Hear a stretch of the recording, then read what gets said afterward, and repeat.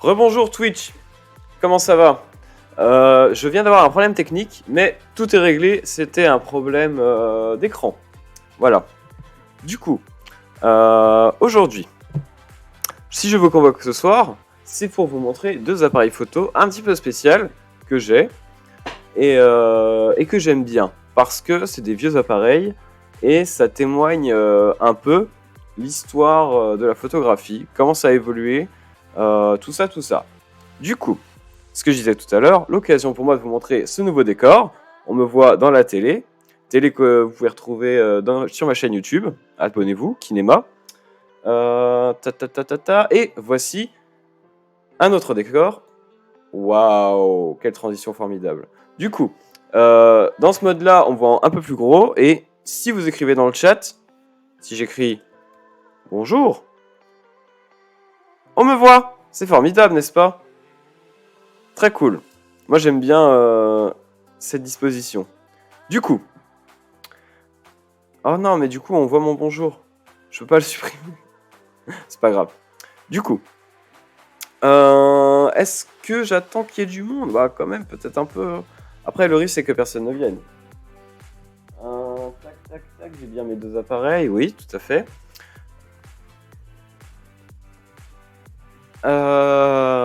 Donc... Tac, tac, tac, tac, tac. Bah c'est bon, je vais attendre. Dites-moi si la musique est trop forte ou pas. Je pense que ça va. La musique est pas ouf, je vous le concède, mais elle est libre de droit. Donc on s'en contente. Toujours pas de spectateurs. Ça c'est quoi?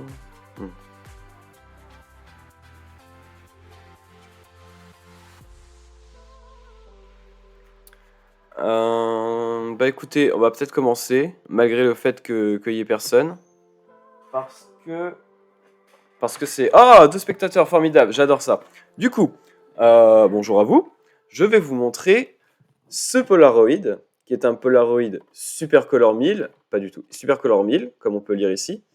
Et il ressemble à beaucoup de Polaroid qui avaient d'autres noms, qui étaient plus ou moins les mêmes. Et celui-ci est sorti en 1982, il me semble. Et évidemment, Polaroid a eu beaucoup de succès avec ce modèle-là, et avec d'autres modèles aussi. Polaroid, si vous ne connaissez pas Polaroid, c'est une entreprise qui s'est spécialisée dans les appareils photo instantanés avec des photos qui sortent tout seuls. Alors aujourd'hui c'est revenu à la mode et tout, du coup les gens connaissent un petit peu, mais il n'y en a pas beaucoup qui savent comment ça fonctionnait à l'époque. Exemple, je vais prendre une photo. Alors il n'y aura pas de photo qui sortira parce qu'il n'y a plus de pellicule, mais vous allez entendre le bruit. Le bruit là. Voilà, c'est un bruit très mécanique quoi. Et ça sort tout seul. Donc là rien n'est sorti puisqu'il n'y a plus de pellicule. Mais du coup les pellicules, à quoi ça ressemble? Eh bien je vais vous montrer. Tac, alors que je me rappelle comment ça s'ouvre. Voilà, ça s'ouvre comme ça, sur le devant. Et la pellicule, c'est ça. On tire dessus. Alors, le type de pellicule, c'est SX70, si ça intéresse quelqu'un. Et en fait, dans cette pellicule-là, d'ailleurs, c'est pas de la pellicule, c'est du papier photographique, comme ils appellent ça. Il y a du papier et aussi une batterie. C'est-à-dire que les Polaroid ne marchaient pas avec des piles. De base, ça peut pas fonctionner sans ces pellicules-là. Et du coup, la batterie est incluse dans chaque pellicule. Donc, autant vous dire que c'est quand même pas très écologique. Mais voilà, c'est comme ça que ça fonctionnait. Maintenant c'est plus le cas. Hein. Vous pouvez recharger vos appareils comme n'importe quel téléphone ou quoi. Mais à l'époque, c'est ce qui se faisait. C'est ce qui se faisait. Et alors, je remets ça dedans. Tac. Et ça refait un bruit. Tac, tac, tac. Donc, comme vous pouvez le voir ici, est-ce que je peux faire ça? Ici, vous pouvez voir, on mettait son œil ici. Je vais essayer. Oh, c'est n'importe quoi ce que je fais. Si, ça marche un peu? Bon, ça doit pas être très concluant. Du coup, cet appareil-là, il est sorti en 82, comme je l'ai dit. Et évidemment, comme vous le savez, Polaroid a fait faillite, malheureusement pour eux. Mais ils ont été rachetés début des années 2010, même avant en fait. Et d'ailleurs, j'avais vu que suite à ce rachat, bah, ils ont sorti plein de petits produits électroniques, quoi, modernes, récents. Moi, j'ai une petite caméra type GoPro, Polaroid. Et aussi, j'avais vu que Lady Gaga avait été directrice artistique de Polaroid en 2011. Et ça m'a retourné le cerveau quand j'ai vu ça. J'en avais jamais entendu parler et j'ai trouvé ça quand même bizarre. Mais bon, voilà, c'est ça la vie d'artiste. Vous pouvez voir ici qu'il y a une petite encoche. Et en fait, c'est une encoche d'accessoires qui permettait de mettre des trucs dessus, du type un flash. Voilà, tout simplement. Comme on peut retrouver sur les appareils photo modernes, hein. Même à l'époque, il y avait déjà à peu près tout pour que ça fonctionne bien. Enfin, à peu près tout, ou presque, parce que ça fonctionnait pas toujours très bien. Eh oui, eh oui. Merci pour ton commentaire. Du coup, là, vous pouvez régler la luminosité, mais vous n'avez pas moyen de savoir si le réglage que vous avez fait est bon. En fait, c'est tout le problème. Ça rend la chose très compliquée. Et j'avais déjà essayé de prendre des vraies photos avec. Et le souci, c'est qu'elles étaient toutes terribles. Je crois que j'avais acheté... ce que j'avais pris, c'était 10 photos ou 8, je sais plus. Elles étaient toutes ratées. Toutes sans exception. Alors déjà, parfois elles sont un peu floues. Mais bon, ça, on peut pas trop y faire grand-chose. Parce qu'évidemment, vous pouvez pas régler le focus. C'est comme ça. Mais en plus de ça, elles étaient souvent trop sombres ou trop lumineuses parce que je suis pas un expert et j'arrivais pas à régler bien avec ça. Du coup, voilà. Une petite dernière photo pour la route avec le bruit. Voilà. On va passer au prochain appareil. Hop là. Alors celui-ci, il est un peu spécial. À première vue, vous pourrez vous dire, bah ça ressemble pas du tout à un appareil photo, il n'y a pas d'objectif, il n'y a rien du tout. Et si, et si. Parce que en fait, ça se déplie comme ça. Alors je vais essayer de le faire. Oui, comme ça, c'est bien. Hop.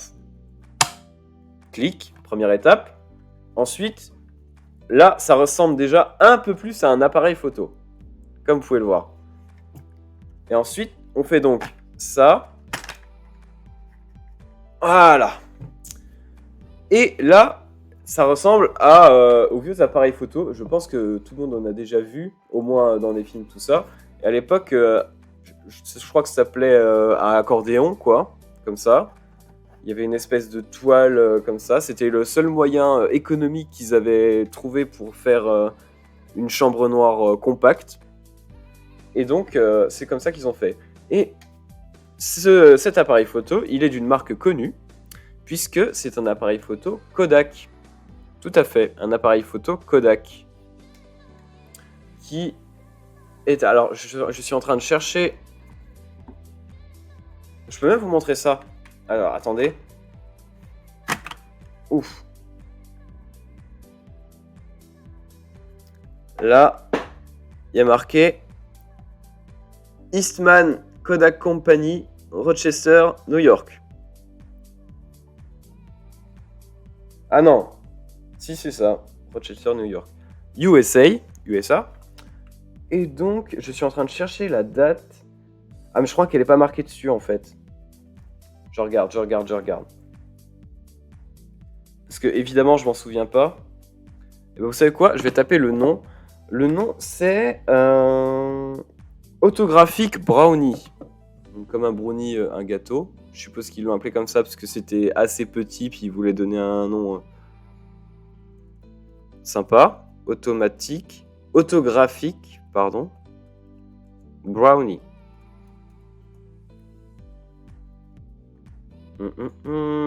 Je l'ai trouvé.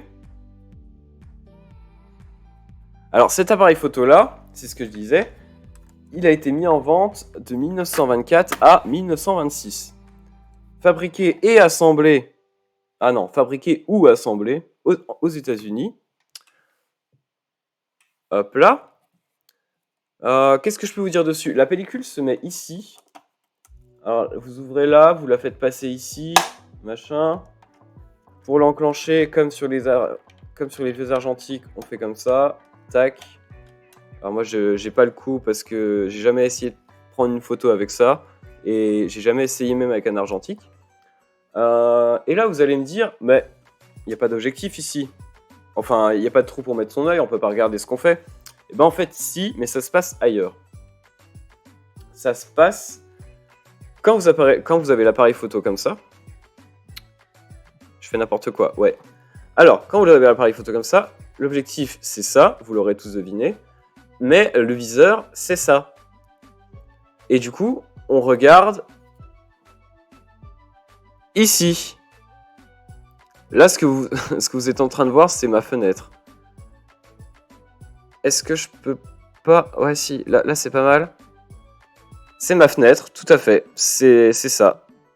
Et là, il y a ma main, mes doigts. Voilà. Voilà.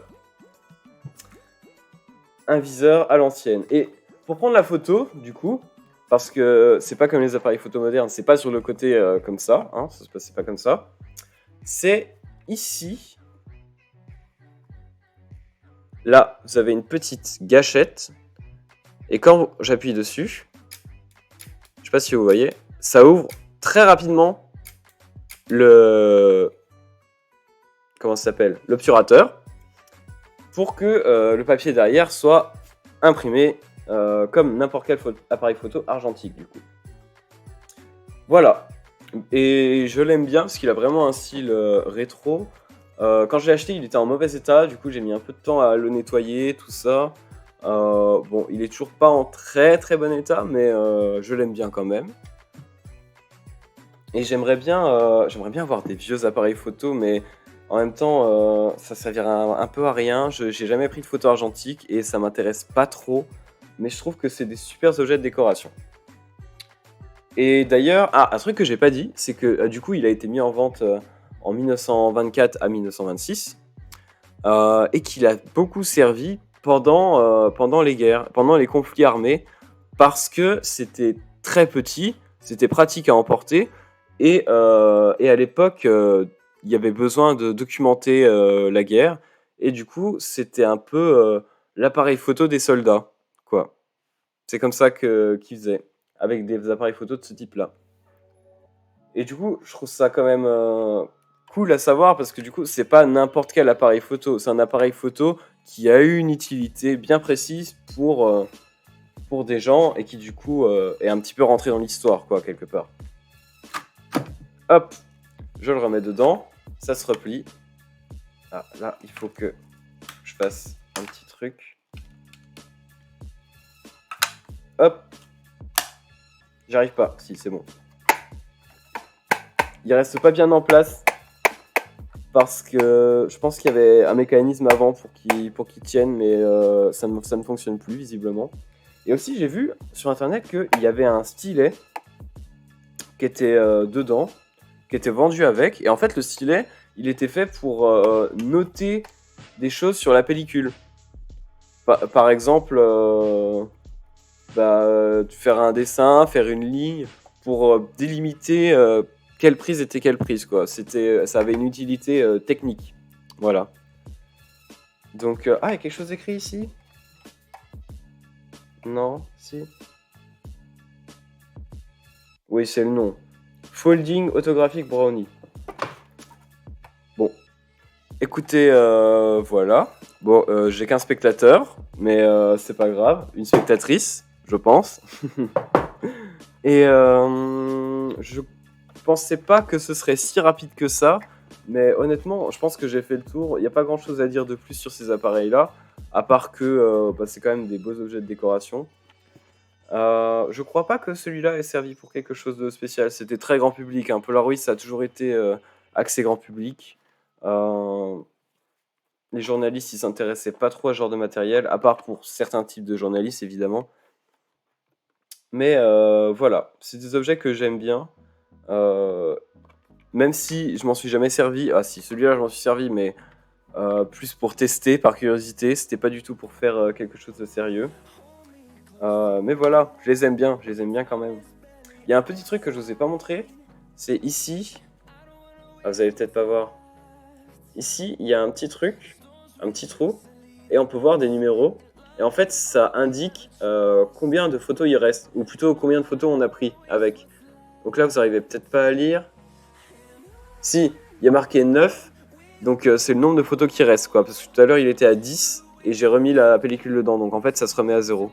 On peut peut-être faire un test. Je vais prendre une photo.